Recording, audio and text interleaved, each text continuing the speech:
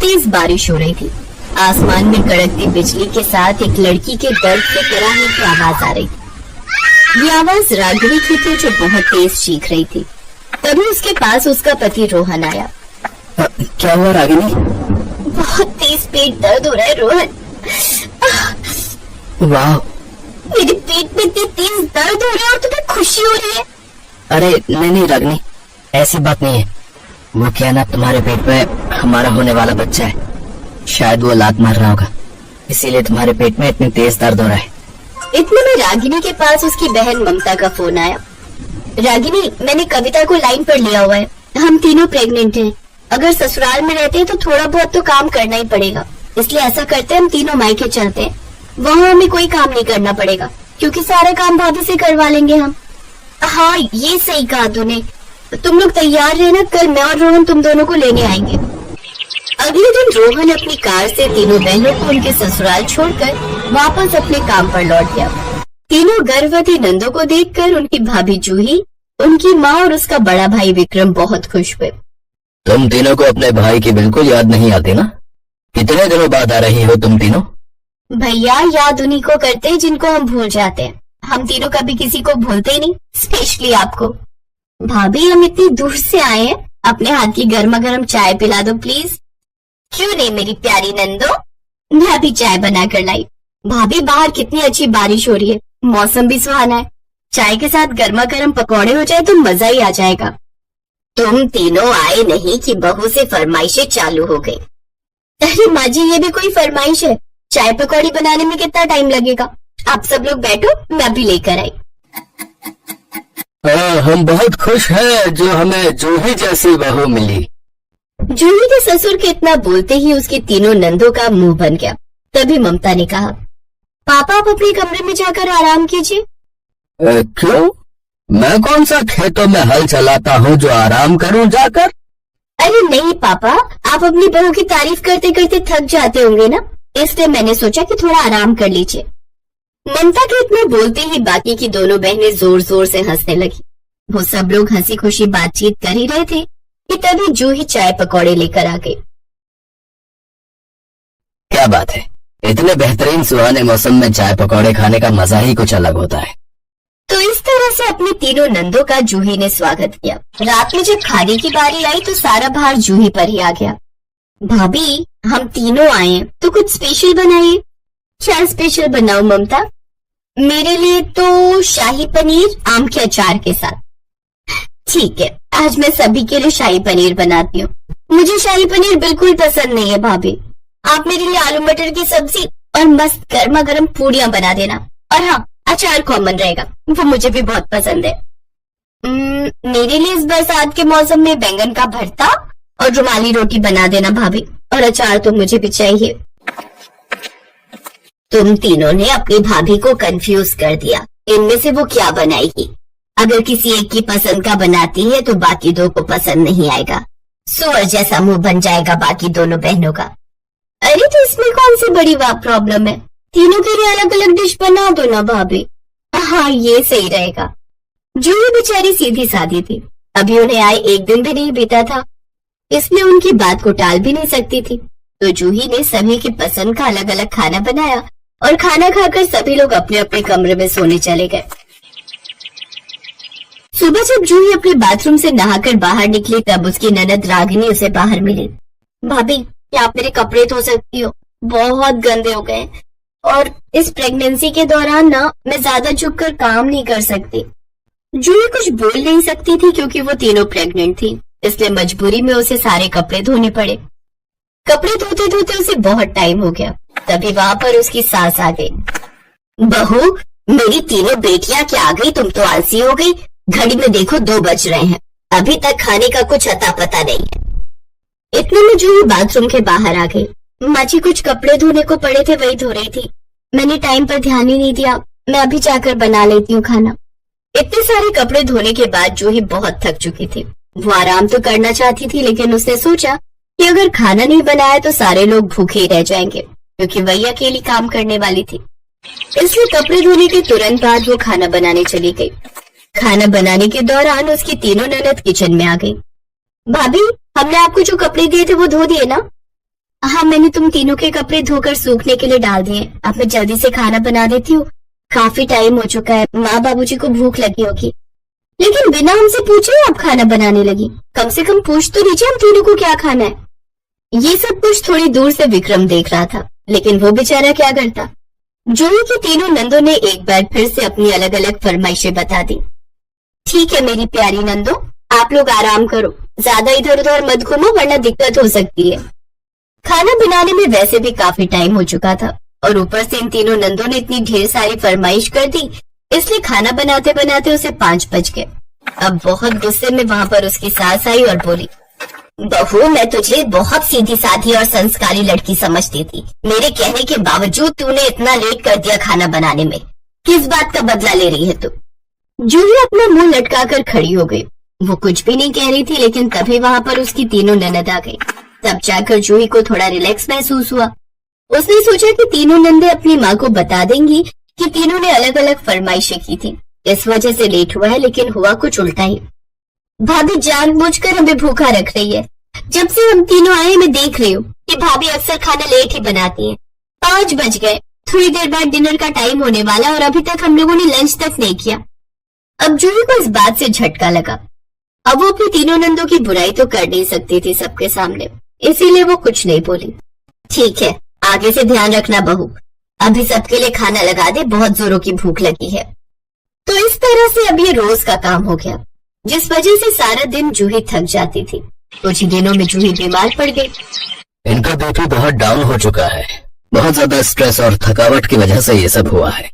बहू को अचानक इतनी थकावट कैसे हो गई कि इसका ब्लड प्रेशर डाउन हो गया? विक्रम से रहा नहीं जा रहा था, इसलिए वो बोल पड़ा। माँ मुझे ये कहना तो नहीं चाहिए, वरना लोग मुझे जोरू का गुलाम कहने लगेंगे, और आज कहना ही पड़ेगा। मेरी तीनों बहनें जब से आई हैं, तब से सबकी अलग अलग फरमाइशें तो रहती हैं। इसके अलावा ये तीनों अपने अपने कपड़े भी जूली से ही धुलवाती हैं और भी बहुत सारे काम करवाती हैं, जिस वजह से हर रोज खाना बनाने में लेट हो जाता है। कोई एक डिश हो तो खाना बनाने में भी टाइम न लगे, पर सबके लिए अलग अलग खाना बनाना पड़ता है। सास ये सुनकर हैरान हो गई। मुझे भी ऐसा ही कुछ लगा था, पर जूही तूने किसी को ये सब बताया क्यों नहीं?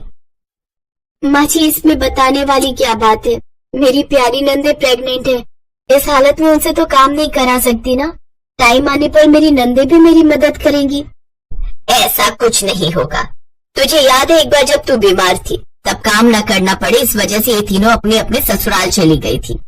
अब तीनों को अपनी गलती का एहसास हुआ। भाभी हमें माफ कर दो, माँ सही कह रही है। हम तीनों ने प्लान बनाया था कि मायके चलते ताकि सारा काम भाभी से करवा सके, हमें कुछ न करना पड़े, पर भाभी तो देवी निकली, बिना किसी शिकायत के खुशी खुशी हमारा सारा काम करती गई। उस दिन के बाद सबकी फरमाइशें बंद हो गई, सब खुशी खुशी रहने लगे। हाय, मेरा बचपन से सपना था कि जब मैं सुबह सोकर उठूं तो सामने नदी में समुद्र या झील दिखे, लेकिन यहाँ तो खिड़की खोलते ही जग्गू हलवाई की दुकान दिखती है और उसकी दुकान में भिन भिन आती है मक्खियों का झुंड। बेटी उठ गई तो चल अब नहा भी ले, देख सूरज सर पर आ गया है। सूरज का तो पता नहीं, लेकिन ये जग्गू हलवाई अपनी बड़ी बड़ी मूछें लिए जरूर सामने खड़ा है। माँ तुम्हें कितनी बार कहा है सुबह सुबह ये खिड़की मत खोला करो, इसे ऐसे खोल देती हो जैसे सामने गोवा का समुंदर बह रहा हो। तो दुखी मत हो बेटी, तेरे लिए ऐसा ससुराल ढूंढ के लाया हूँ जिसके सामने समुद्र तो नहीं, लेकिन यमुना जरूर बहती है और बहुत बड़ा मकान है उनका, देखोगी तो खुश हो जाओगी। सच में पापा? हाय, आज तो मैं बहुत खुश हूँ, नदी और उसके सामने मेरा घर, वाह वाह वाह वाह वाह। लेकिन कौन है, कहाँ रहते हैं, कुछ तो बताइए। सब पता चल जाएगा भाग्यवान, पहले तुम दोनों जल्दी से तैयार हो जाओ। हम आज ही लड़के के घर जाएंगे, क्योंकि उसके पिताजी के पैर में चोट आ गई है, इसलिए उन्होंने हमें ही अपने घर बुलाया है। इसी बहाने सोनल भी अपना नया घर देख लेगी। कुछ देर बाद वो सभी लड़के वालों के घर पहुंच जाते हैं। घर सच में बहुत बड़ा होता है। वाह वाह, कितना बड़ा और सुंदर घर बना रखा है। तभी लड़के के पिता उससे बोले, वो क्या है ना बहन जी, पहले तो ये थोड़ी जगह मेरे पिताजी को मिली थी, लेकिन फिर परिवार आगे बढ़ता रहा तो घर भी और आगे बढ़ता रहा। बहन जी, आप यूं समझ लीजिए कि ये सारा घर हमारा ही है। क्या हमारा है? सारा तो अवैध कब्जा कर रखा है। तुम चुप करो जी, अगर हम नहीं करेंगे तो कोई और कर लेता, और वैसे भी कुछ सालों में तो सरकार इसे वैध कर ही देगी। उधर सोनल उदित के साथ ऊपर वाले कमरे का व्यू देखकर खुश हो रही थी। देखो क्या मस्त व्यू दिखता है हमारे कमरे से। अरे लोग तो मरते हैं शहरों में ये गोवा वाली फीलिंग लेने के लिए। बिल्कुल सही कहा जी, मुझे तो ये रिश्ता मंजूर है। क्या मैं आपको पसंद हूँ? आप भी मुझे बहुत पसंद है। दोनों शादी के लिए हाँ कर देते हैं, लेकिन घर आकर सोनल के मम्मी पापा इस रिश्ते के लिए तैयार नहीं थे। तुमने देखा ना कि उन लोगों ने कैसे यमुना जी पर कब्जा किया हुआ है। मुझे कुछ नहीं पता, मैं तो उसी घर में जाऊंगी। आई बड़ी उसी घर में जाऊंगी। यहाँ तो तेरे एक बाल्टी पानी ही उठाने में हाथ दुखते हैं। भगवान न करे अगर कभी वहाँ पानी भर गया तो तू इतना पानी कैसे निकालेगी? हाँ, लेकिन सोनल उनकी एक नहीं सुनती। उसे तो बस वही कमरा चाहिए था जहाँ से रिवर व्यू दिखे। फिर बच्चों की जिद के आगे माँ बाप को झुकना ही पड़ता है। और फिर उदित और सोनल की शादी हो जाती है। अरे बहू, अब नीचे भी आ जा।